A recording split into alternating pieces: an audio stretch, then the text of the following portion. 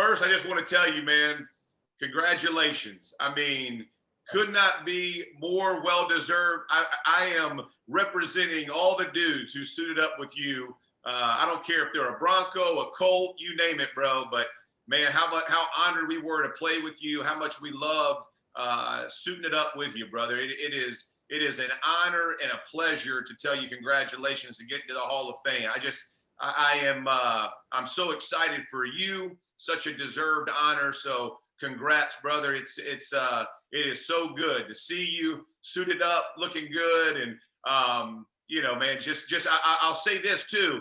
I knew when I watched Chappell, give your Hall of Fame deal, I knew obviously you were paying him by the minute, because he gets on there and basically says your name, and that's it. I was like, well, Manny ain't getting in for 5 years, but shockingly, you're in on the first ballot. So just tell me your initial reaction to getting in, man. Well, Jeff, thanks. I appreciate that, and had a chance to speak with you in confidence the other day, and kind of not to share the news with you, really to say thanks to you for being my teammate, my friend, my center.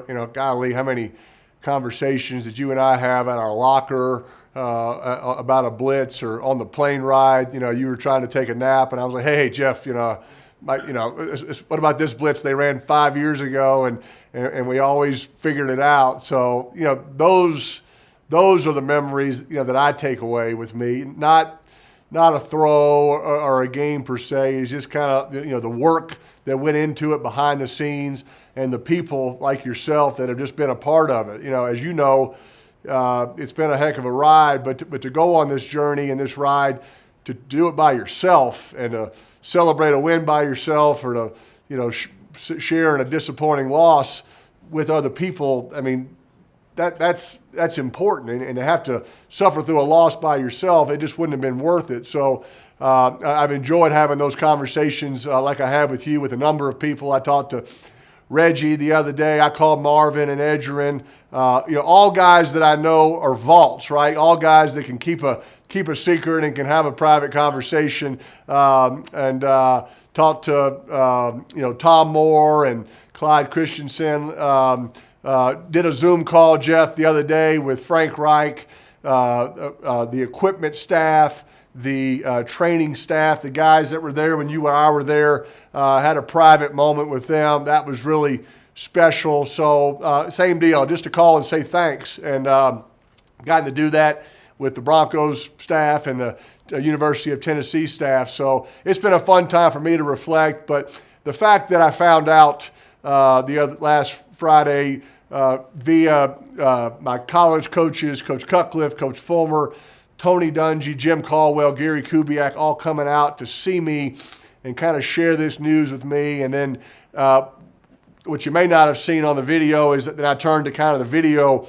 jumbotron and had a message from my high school coach, Tony Reginelli, who's 87 years old, Jim Mora, who was our first head coach in Indianapolis, who brought a toughness to our team, Tom Moore, longtime coordinator, and John Fox, who wasn't able to be there. 30 years of coaching flashing back in front of me in about a 3-minute span. My wife, Ashley, kind of quarterbacked that moment. She organized that, the fact that they weren't going to do it on the hotel knock. They were going to come out to tell each person individually. Our kids were there. That was a pretty special moment. Oh, man.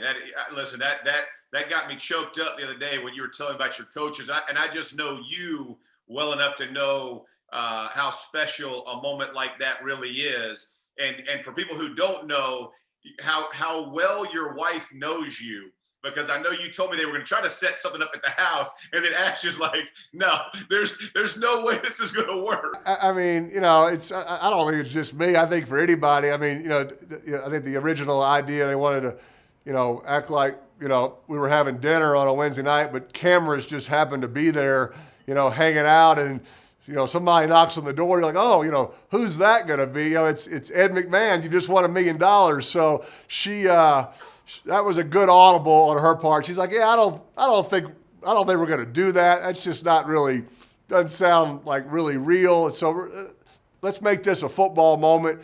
He's got to be at the stadium doing some video recording stuff for ESPN, that show, and got a lot of people rallied together. And look, Jim Irsay flew out, Tony Dungy and Jim Caldwell. Kubiak just retired. He's down in Houston. Cutcliffe's recruiting in Duke. Coach Fulmer coming from Knoxville. I mean, the sacrifice and the inconvenience those guys went through to be there for me, that was really cool. That's so awesome, brother. So I know you talked about a minute ago about players and not doing this alone. And I know you don't look at anything doing it alone, but just briefly talk about with Arch and Olivia, and you already mentioned Ashley and the kids and your brothers, man, just how special this is to be able to celebrate it with them, man. I know how much it means to you, but how cool is that? Jeff, it was kind of weird because they share this, news with you, and then they say, you can't tell anybody for 2 weeks. So, easier said than done.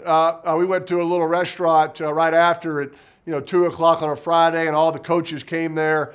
And I'm kind of looking at this bartender who's looking at me like, Manning, Dungy, Kubiak, Cutcliffe, what's going on here? Evidently, he's not real big on social media. Nothing was posted. So it was a good restaurant we chose. But I did violate sort of the confidentiality by, calling some people that I just had to call. My parents weren't able to be there. It was their 50th anniversary. They were actually celebrating. And so, Ashley told them, hey, don't leave that celebration. And so I called them right away. My dad's going to present me. I asked him to do that. Jeff, he's had the greatest football influence on me, throughout my life, without ever being my coach. He was my dad. Of course, he played, but thinking about knee football in the den, backyard football, all the workouts that I used to have with my receivers in high school that I would ask him to come and watch. He was glad to do it because I wanted him to be there. It wasn't him coming to me, and the help that he gave me. And so, it's only appropriate that he presents me for this special honor. You mentioned my mom. How many football games has she seen in her life? With my dad in college and NFL and youth sports, and how many practices has she driven me and Cooper and Eli too? So thanked her. And then you mentioned Cooper and Eli. Felt really lucky to be a middle brother, and got to play with Cooper a year in high school. Probably the most enjoyable year I've had playing football, throwing passes to your older brother who you grew up playing with in the backyard or on the Superdome turf after a Saints game. And then Eli, to kind of watch his development. As I got to college, I'd see him once a year almost. He's all of a sudden he's bigger, he's taller. I get in the NFL, I go back and see him in college. And then to have the same job as him for so many years, and to have a sibling in the same business, just thankful to them. Ashley, all the support and games that she's been through with me, and then just had a chance to call a lot of people, friends. Did a Zoom with my high school buddies yesterday, Jeff. Receivers, guys that have come to a game every year since I've been playing. They never missed a game in college. It came to a game 1 year in Knoxville, one game a year in Knoxville, 1 game a year with the Colts, Broncos, every Super Bowl. We had a fun talk going down memory lane. All those people have been a part of it for me, and so just wanted a chance to thank all of them. Man, that is awesome, dude. That's one thing I love about you and respect so much, man. There's not a person forgotten and all the success you've ever had, man. I've seen it personally, all the things that you've included me in your life, going with you. But, brother, you are as good as there is about making sure everybody knows how special they are into your life. And, man, just so appreciative. People always ask about legacy, and they're like, man, what is the legacy? I think legacies are for other people to write about you, but how do you want people to remember you in football? Like, what would be the way that you want people to look at you as a football player? Well, I think the main thing is I want them to know how much I enjoyed everything that came with it. I enjoyed the work, enjoyed the preparation. Everybody loves to play, as Marvin Harrison once said. They're paying you to practice. The games you kind of play for free, and I think I agree with that. That all all the hard work and the tough losses that we had, that we stayed together and overcame them the next year. Everything kind of mattered to me about it. I was all in all the time, and I think that's a good way to approach it. Like I said, as I think back, the people that I've gotten to meet on this ride and to be a part of it, that's just been my greatest takeaway. I loved it, and I'm just thankful for the people. I'm thankful for the Colts, Jim Irsay and Bill Polian, for drafting me. Had 14 wonderful years in Indy, and Jim Irsay is going to fly me and my son, down to Tampa for the Super Bowl, and on the Colts plane, and just typical generosity of Jim, and thankful to the Broncos organization for letting me come and play here. So I guess just a quarterback that's very grateful would be, if there's one word, that'd be a good word. I hope people will remember about me.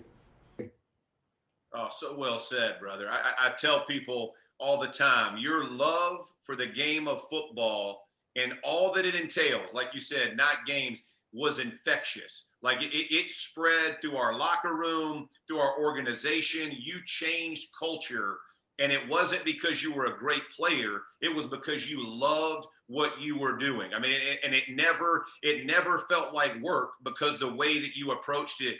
And so how you just said it, man, it could not be said any better. So fast forward, we've had a crazy pandemic year last year, and with the Hall of Fame, but if everything works out, hopefully the way it's going to work out coming up in August, what are you most looking forward to for the actual enshrinement into the Hall of Fame?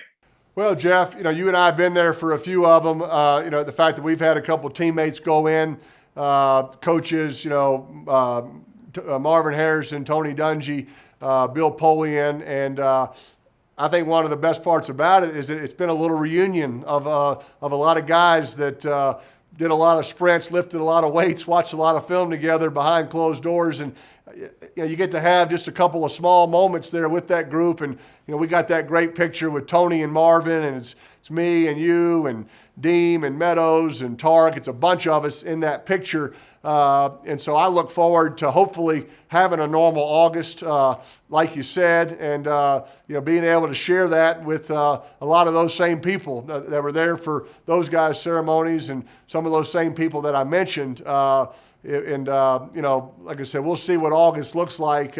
Either way, between now and then, Jeff, I look forward to talking to a lot of these people and having these one-on-one conversations like I've had. It's hard to get to everybody in a short period of time. So I'm going to be brief on my speech. I'm going to be the first guy in history to actually speak with the proper time allotment they allow.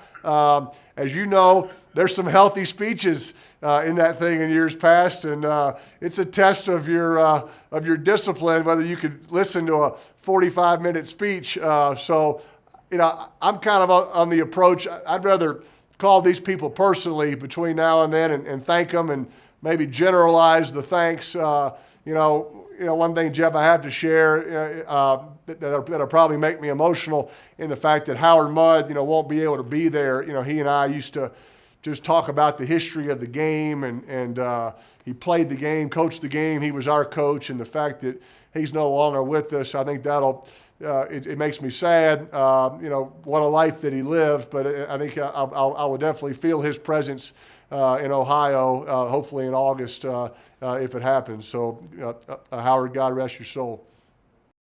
Amen to that, brother. Amen to that. Well, what about, so I know because of last year, they didn't do the enshrinement for the previous class. How cool is it?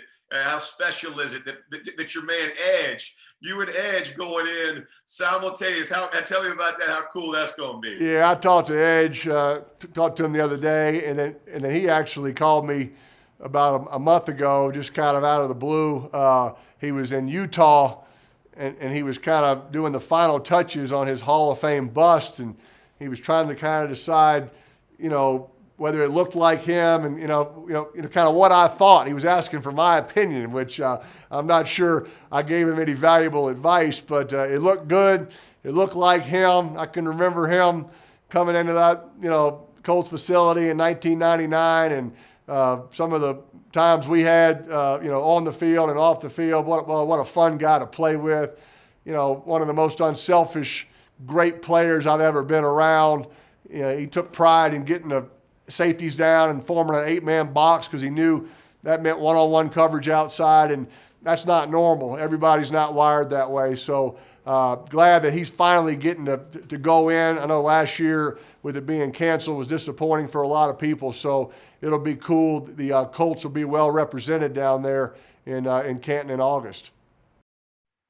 I know this, like you said, you'll stick to your time limit. I know Edge is going to stick to his time limit. So we will, as the Colts Nation, we will represent well, making sure we don't eat up other folks' time. But brother, again, right. I love you, man. I'm so proud of you. So, I can't say congratulations enough from me and all your Colts brothers. Man, we are so proud of you. And again, man, congrats, bro. We love you.